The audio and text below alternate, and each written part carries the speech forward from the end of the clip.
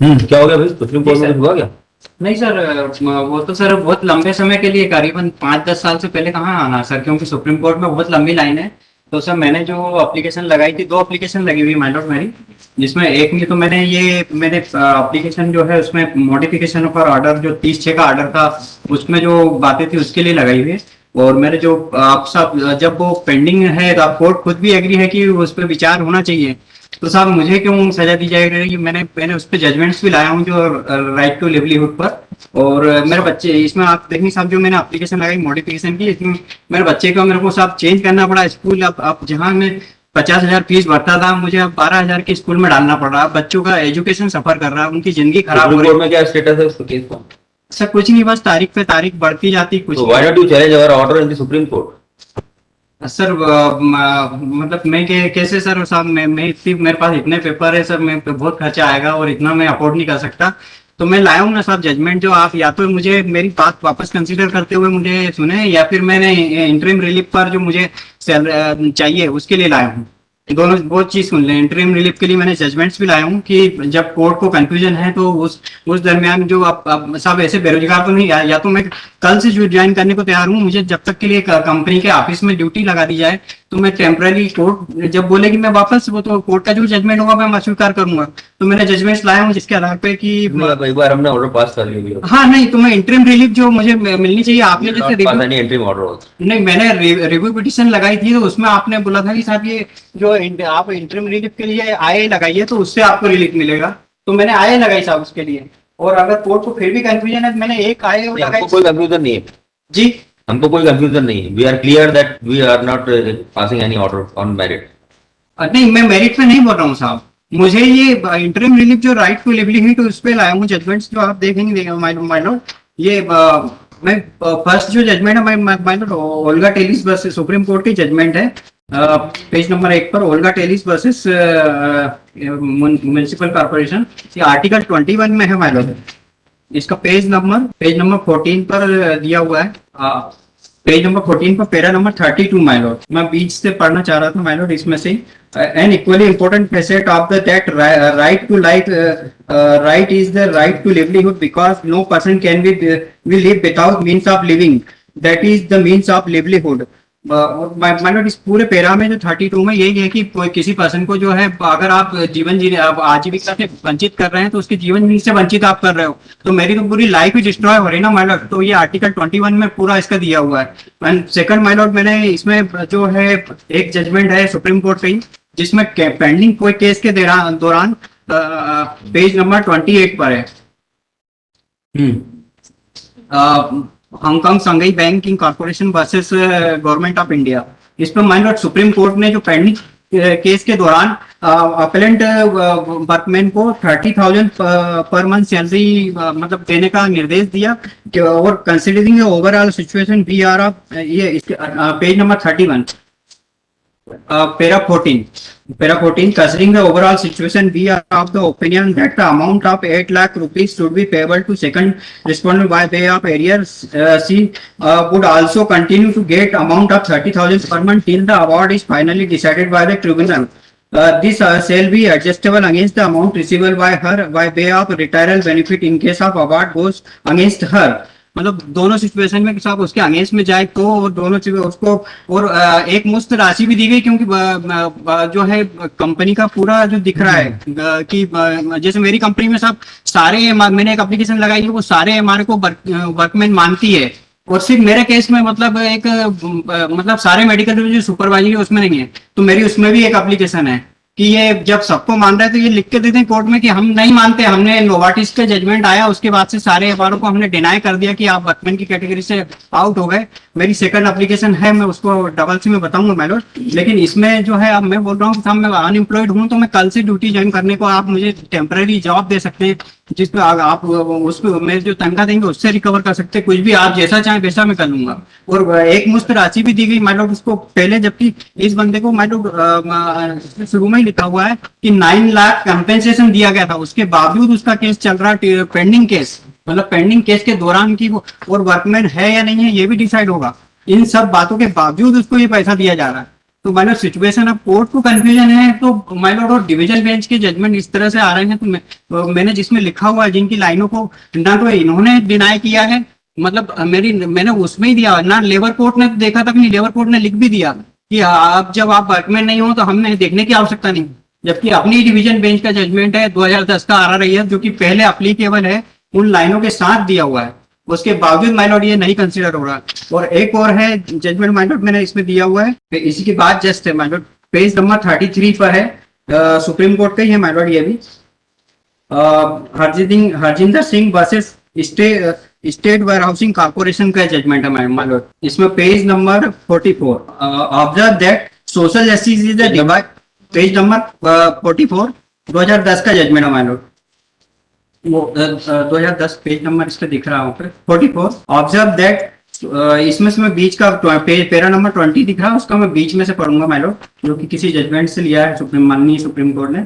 Observe that social justice is a device to ensure life be meaningful and liveable with human dignity, the state is obliged to provide the working facilities to each reach minimum standard of health, economic security of civilized living. The principle laid down by this law requires court to ensure that a workman who has not been found guilty cannot be deprived of what he is entitled to get.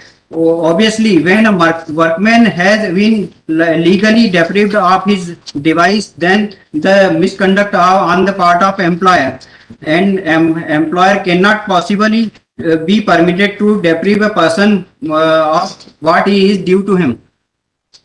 और my lord इसमें my Lord preamble से ही लिया गया है, इसमें page number 47, equality of status and fraternity assuring the dignity the individuals and unity and integrity of the nation. मतलब किसी भी पर्सन को प्रिम्बल में लिखा हुआ है कि किसी भी पर्सन को डेप्रिव नहीं किया, डिग्निटी के साथ जीने का अधिकार है। अब मैं अनएम्प्लॉयड हूँ, मेरा एफिडेविट लेबर कोर्ट में प्रेजेंट है, यहाँ पे मैं डेली कोर्ट के चक्कर लगा रहा हूँ, कोर्ट की हर तारीख पे प्रेजेंट हो रहा हूँ, डेली बुला रहे हैं तो डेली आ रहा हूँ लेबर कोर्ट में, डेली प्रेजेंट हुआ हूँ, और उसके बावजूद मुझे इतना मतलब तड़पाया जा रहा मानो, तो ये कोर्ट के सामने ही हो रहा मानो। आप ही देखे ना मेरी सिचुएशन में। और yes mister Borgohain, what do you have to do? But if your lordship is inclined to entertain his application, then perhaps the proper thing would be for us to reply. Otherwise, his entire argument is based on your lordship's confusion, alleged confusion. So I thought that he needs legal aid. So it's up to, we are in your lordship's help. Chal ठीक है, will pass the order. My Lord मुझे मेरे बच्चों के लिए फिक्र है, इसलिए माय लॉर्ड प्लीज कंसीडर कीजिए, क्योंकि बहुत जरूरत है मुझे। ठीक है, चलिए। Sir, may I just point, there is this recent judgment of the DB at Jabalpur. In a, the issue was identical. They did not keep it pending, they dismissed it because they relied on Constitution bench of a judgment in Adyanta's case. So they felt that, You can confirm? yes, my lord, this is the. दोनों है? ये चीज।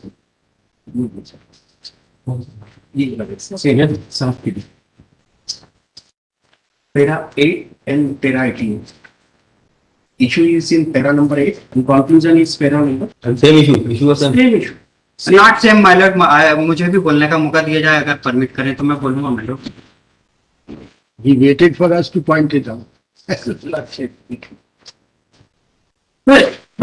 is lucky that the appeal is still surviving. Otherwise, in the light of this, He is not, perhaps your lordship would be he is not able to appreciate that. No, what is this considering para 6 of the schedule that's mentioned. mentioned. So this court has already. They have gone to the root and said, if it is covered by the Constitution bench judgment, then nothing survives. And this respondents or the petitioner, Their association. okay, association. Their association. So if they are member of the said association, then पैरासिस में consider किया ना what इसको? Yes my Lord, मैं भी इस पर बोलना चाह रहा था। बताइए। माय लॉर्ड, मैं इसमें आप देखेंगे तो माय लॉर्ड इसमें इसी जजमेंट के पैरा नंबर 14 पे लिखा हुआ है, after going through definition clearly reflect that person who is engaged in supervisory drawing wages exceed 1600 rupees per mention. ये जो आता है माय लॉर्ड, ये सेल्स पर्सन एम्प्लॉय एक देखेंगे तो माय लॉर्ड उसकी जो एक्सक्लूडिंग कैटेगरी है उसमें उसको लिया गया और इसका आप सिंगल बेंच का जजमेंट को इसमें कंफर्म भी किया गया। तो आप इसमें भी देखेंगे माय लॉर्ड, मैंने इसका जजमेंट भी मैं दिखाना चाह रहा हूँ, जो सिंगल बेंच में क्लियर कट मतलब नोवाटिस के जजमेंट के बाद ही पास किया गया। उसके बावजूद इसमें नोवाटिस को भी सुपरवाइजरी कैपेसिटी में दिखाया गया और इसको भी सुपरवाइजरी कैपेसिटी में दिखाया गया। तो सुपरवाइजरी और मैनेजर कैपेसिटी जो है लेते ही नहीं है माय लॉर्ड, ये एक्सक्लूडिंग कैटेगरी है। पर कोर्ट ने ऑलरेडी नोवाटिस को भी इसमें कंसिडर कर लिया। हाँ, नोवाटिस का किया ना, तो इसमें भी किया। मैं वही दिखा रहा हूँ कि ये दोनों जजमेंट जो है इसमें नोवाटिस को उन्होंने क्लियर कट किए सुपरवाइजरी कैपेसिटी के एमआर के लिए है, मेडिकल रिप्रेजेंटेटिव के लिए है। और हमने तो मैंने जब सुप्रीम कोर्ट का जजमेंट लगाया तो उसके अगेंस्ट में इन्होंने ना तो रिप्लाई फाइल किया, ना ही इनके कंपनी में जो जजमेंट्स आ रहे हैं उसके अगेंस्ट में कोई रिप्लाई। और इन्होंने एचआर अदालत के जजमेंट में सिंगल, मैंने जो प्लीडिंग की थी, तर्क दिए थे, उसके अंदर सिंगल वर्ड्स नहीं बोले हैं। अभी भी कंफ्यूजन हो तो साहब एक आध किसी एचआर अदालत में कहाँ कंफ्यूजन है, एक वर्ड भी बोलेंगे मैं अभी क्लियर कर दूंगा मैं कि कहाँ प्रॉब्लम है उसमें। एक मिनट की फाइल दिखाना। हाँ, और मैंने तो रिट अपील में ही सारा लिख लिख के दिया कि एचआर अदालत में किस लिए और क्या हुआ। एक मिनट, आपकी कौन सी एप्लीकेशन सर? जी मैडम, कौन सी एप्लीकेशन फाइल की है आपने? अपील ये 43। नहीं, which application you have filed? मैंने 2 एप्लीकेशन है मेरी। अभी मैंने एक एप्लीकेशन पे आपसे बात कर रहा हूँ, मैंने दूसरी पे अभी नहीं है। दूसरी कौन सी है आपकी? दूसरी जिसमें माय लॉर्ड इसमें मैंने ये एप्लीकेशन फॉर इंटरिम रिलीफ, तो मेरा ये कहना कि जब कोर्ट जो है माय लॉर्ड कंपनी में 14,000 कर्मचारी सभी को वर्कमेंट मानती है, तो कोर्ट कंपनी ये इनके पुराने जजमेंट है सारे जो है, कोई लॉ में चेंज नहीं हुआ, लेकिन नोवाटिस से पहले वाले पुराने पूरे सारे जजमेंटों में ये वर्कमेंट मानते हैं जो सुपरवाइजरी और मैनेजर कैपेसिटी में नहीं है उनको। तो मैंने उसके लिए कंपनी से ही आपसे निवेदन किया माय लॉर्ड कि इसमें इनसे कोई स्टैंडिंग ऑर्डर भी नहीं है 14,000 कर्मचारी होने के बावजूद, क्योंकि ये बार बार किसी को भी कैसे भी टर्मिनेट कर दे इसके लिए नियम बना के रखा। मेरा खुद का माय लॉर्ड बस टर्मिनेशन भेज दिया, जबकि आप जानते हैं सस्पेंशन होता है, उसको सब्सिडी अलाउंस वहां पे मत जाइए। तो ये May I just point out, only one application is listed for hearing together. If we file a second application, we don't have a copy. My lord ये एप्लीकेशन उससे पहले फाइल की गई थी और उसकी कॉपी पे रोमेश दवे साहब के साइन है। But आज लगा नहीं। उन्हीं So उससे we don't have a copy with us. तो इसमें माय लॉर्ड मैंने कि इन्होंने जो है इनसे डॉक्यूमेंट मांगने की ये मानते या नहीं मानते कोर्ट पर है। We have gone through this order also by this court. और माय लॉर्ड ये इसमें जो सिंगल बेंच का जजमेंट और कंसीडर कर लीजिए, क्योंकि उसमें क्लियर कट पूरा दिया हुआ है। जो अभी जो जजमेंट इन्होंने पेश किया हुआ उसमें की ये सुपरवाइजर कैपेसिटी क्लियर कट सारी बातें लिखी हुई है और सेल्स प्रमोशन एम्प्लॉय अनकॉन्स्टिट्यूशनल घोषित नहीं किया गया, ये इसमें लिखा हुआ है। We will dispose of this petition. My Lord मेरी हम्बल रिक्वेस्ट है कि मैंने सारी चीजें अपील में ही लिख के दी हुई है, उसको कंसीडर करते हुए माय लॉर्ड। और अगर कोर्ट फिर भी चाहे तो मुझे माय लॉर्ड की मुझे मतलब सैलरी अलाउंस और मैं कल से ज्वाइन करने के लिए तैयार हूँ माय लॉर्ड। सर मेरा 46 है सर, योगेश सिंह चौहान से इंटास का सर। सर इसमें एक बात ये है सर कि जब मैं अपीलेट मिलकर केस लगाता हूँ, मान लीजिए मैंने लेबर कोर्ट में केस लगाया 2014 में मेरा केस आया। सामने कौन है? सर ये 2014 में केस लगाया तो 2019 में मेरा निर्णय आया सर। कंपनी ने फिर अपीलेट बनकर सिंगल बेंच में लगाया तो 3 महीने में सर उनका जजमेंट दिया गया। और फिर जब मैंने डीपी में लगाया सर तो आज 3 साल हो गए सर। तो मतलब कंपनी और मतलब जो पीड़ित व्यक्ति है उसको आप सेम प्लेटफॉर्म रखते हैं सर। जब मैं लगाता हूँ तो आप मुझे निर्णय देने में 5 साल लगाते हैं, कंपनी लगाती है तो 3 महीने बाद निर्णय देते हैं।